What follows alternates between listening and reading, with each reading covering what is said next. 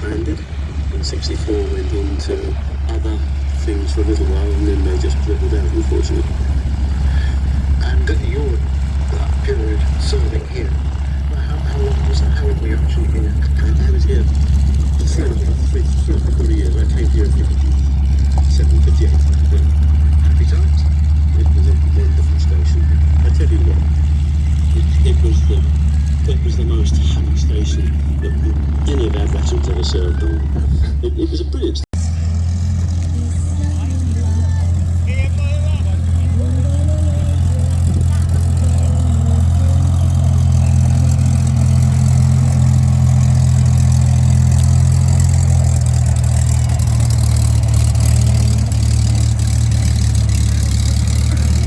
It could get appropriated. Now then, let's move on to something else. One of our regular guests here at Duxford are the guys from Plains TV, and I'm delighted to say good afternoon and welcome to Adrian Campbell. Nice to see you, Adrian. Thank you, Colin. It's so great to be back here. Now that the COVID dust is more or less settled, we'll get a DVD, but today it's all online. It's all watch online. So, how do we do that? What do we need to do if we're watching this right now? Well, some of our online material is it goes out for free. We've done that for 1 or 2 shows, but I'm sure everybody. Pretty much any day of the year now, if the weather permits, you'll see some sort of historic aeroplane taking to the air, and a big part of that the operations by the various companies providing flights in historic aeroplanes from here. Not just Classic Wings, who operate throughout the summer season with their Dragon Rapides, Harvard and Tiger Moths, with whom you can book flights throughout that period, and indeed you can go and see them at their booking tent here, the American Air Museum here, and talk to them about getting a voucher for a flight on a future date. There's also Aerial Collective, operated in association with the Aircraft Restoration Company. They have got a merchandise store, and they've got one of their 2-seat Spitfires just behind the control tower here, because they offer flights in a number of 2-seat Spits. They've also got operations this an incredibly high-octane display to a close. What did you think of that, Colin? First time at Duxford? I don't think I've ever seen anything quite like that, to be honest. That was amazing. We have on our show circuit, in there to land, that was Rich Goodwin with the quite remarkable muscle biplane. Form of the Avro Rotor, a licence-produced development of that, built in the UK by Avro, and which was used by the RAF for, amongst other things, radar calibration during the Battle of Britain. That was an activity that the autogyros performed out of RAF Duxford, amongst other locations. But they were much, much bigger, heavier machines than the Calidus, as you'll see if you go and have a look at the rotor that's part of Duxford's static collection.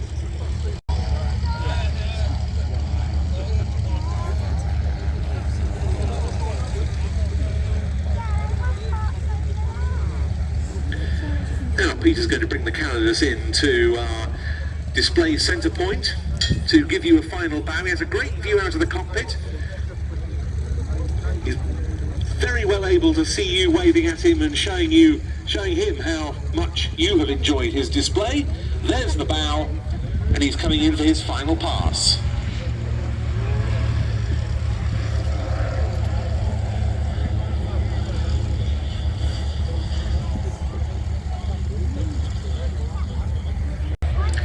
And I expect him now to rapidly reverse direction and come in for a very short landing. He can land in just about 3 meters and come to a stop. But he can get there through the weather. So we're going to see him depart.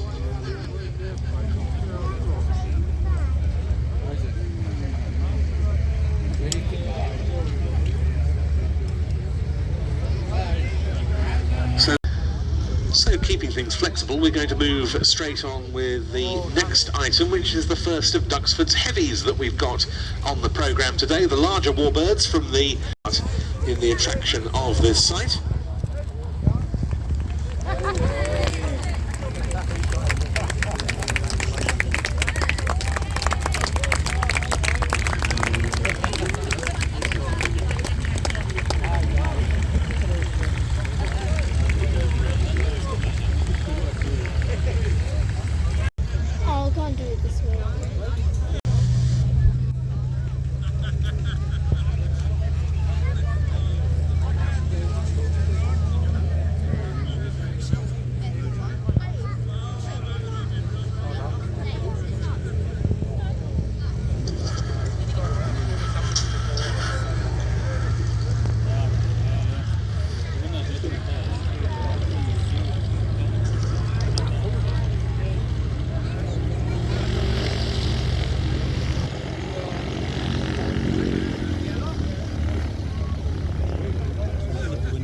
Navy on the Sea Harrier.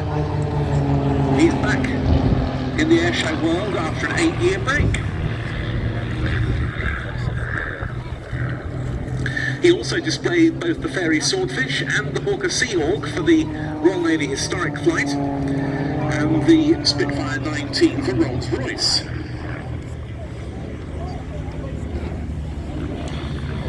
He's now back in the military, training on the Hawk T2.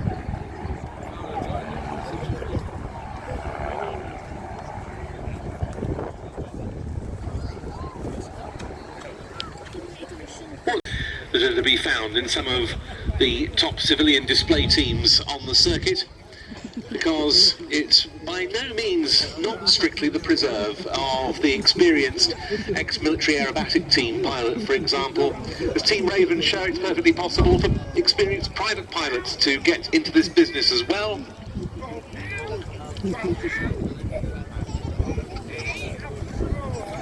All 6 of the RV-8s now with smoke on. Simon Shirley calling the pull-up,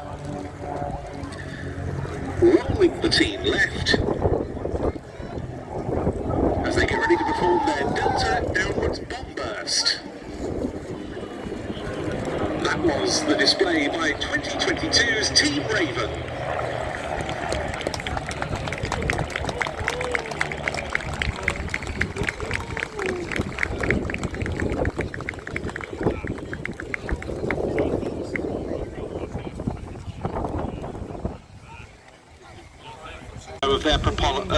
Of their sponsor, MT Propeller.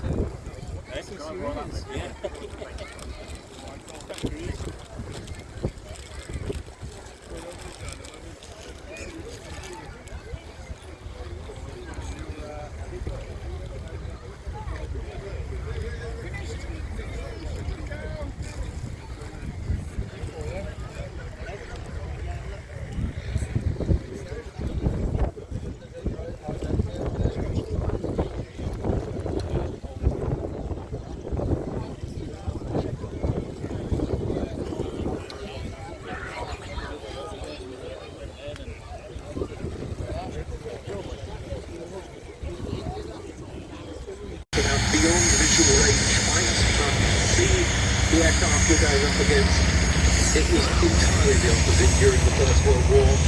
Multiple aircraft will be circling, climbing, diving, trying to get what we would today call a firing solution on their assist. But it was the most effective of the late war German ground attack aircraft. It could have gone on to have a much greater influence on the course of the conflict had the armistice not taken place.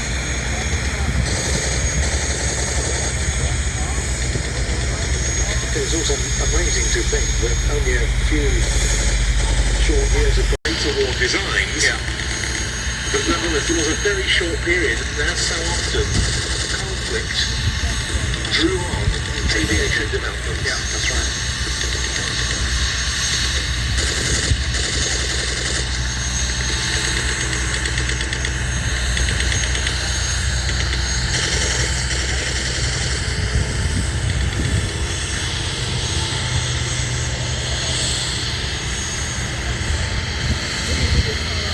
All of these aircraft owned by individual private owners.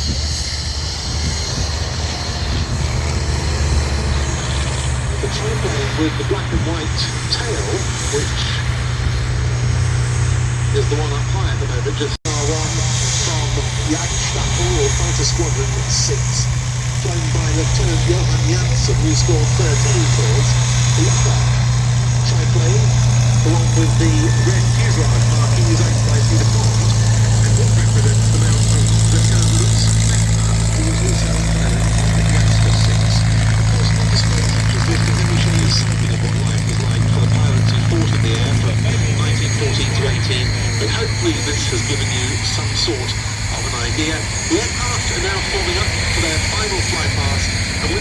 tribute to the aviators of all countries.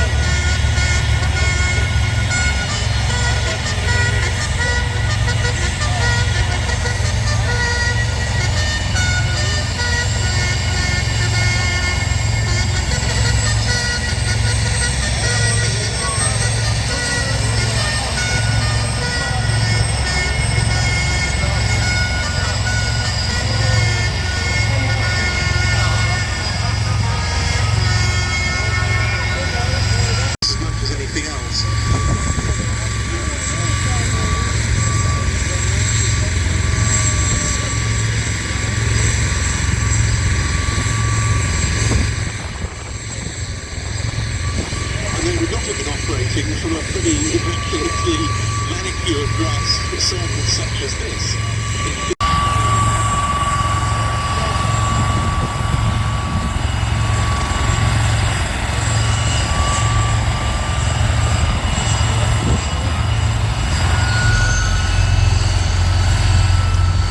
Noticeable difference in the vehicles as well. It seems to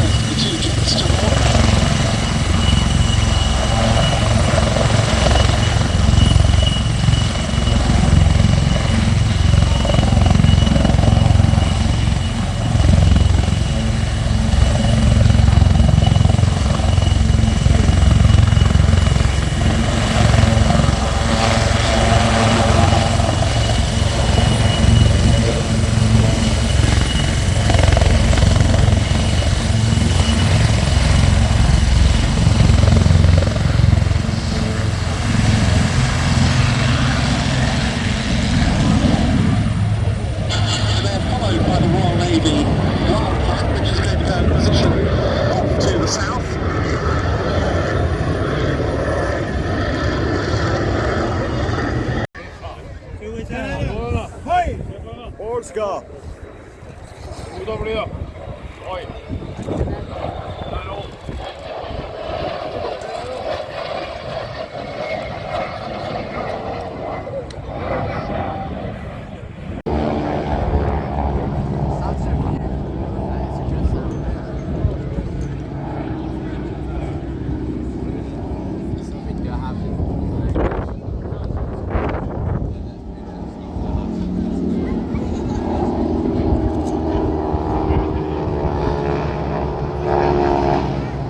Some of the figures relating to the use of the Harvard as a trainer in wartime are absolutely staggering.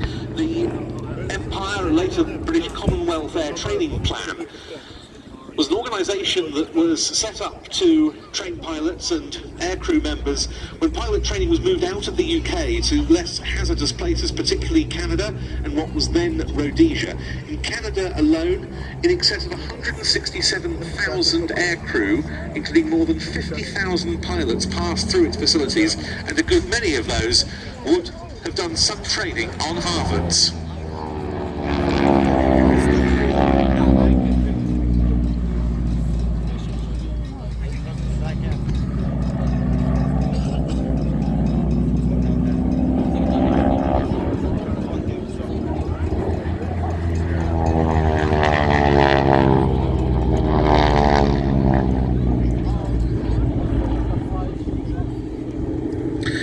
Just under 15,500 T6s, AT6s, Harvards, SNJs, call them what you will, were built in total. Many of them carried on serving post-war. They were used on the front line as forward air controllers, directing strikes by United Nations aircraft in Korea.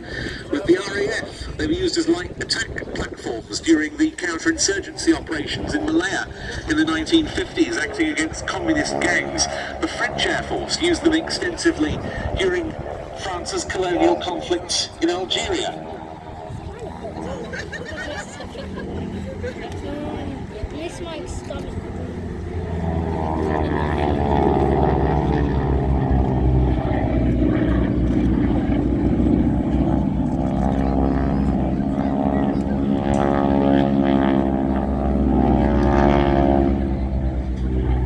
The last RAF trainees to gain their wings, their pilots' wings, on Harvards did so with number 3 Flying Training School at Feltwell in Norfolk in March 1955.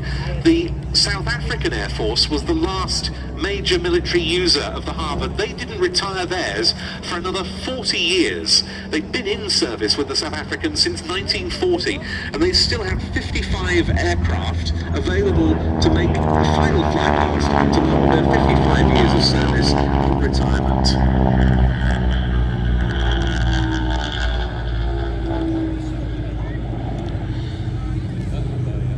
Ems's plane is now operated by the Rolls-Royce Heritage Flight.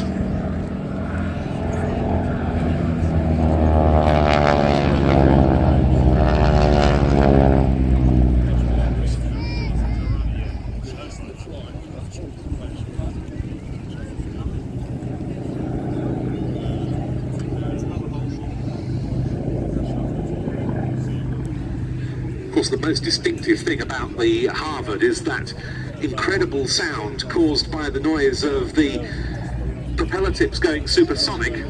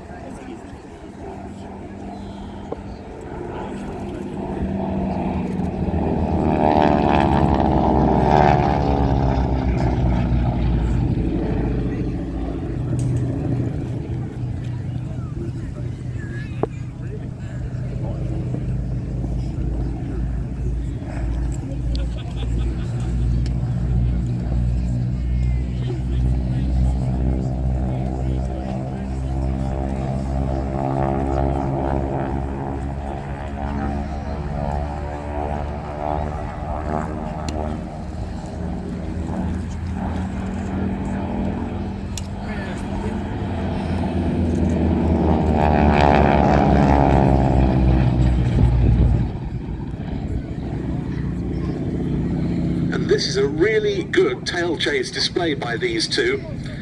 the Harvard, such a crucial element of the modern warbird scene, and you can go flying in them yourself, not least from Duxford with the Classic Wings, who regularly use the aircraft restoration company Harvard that's leading this pair.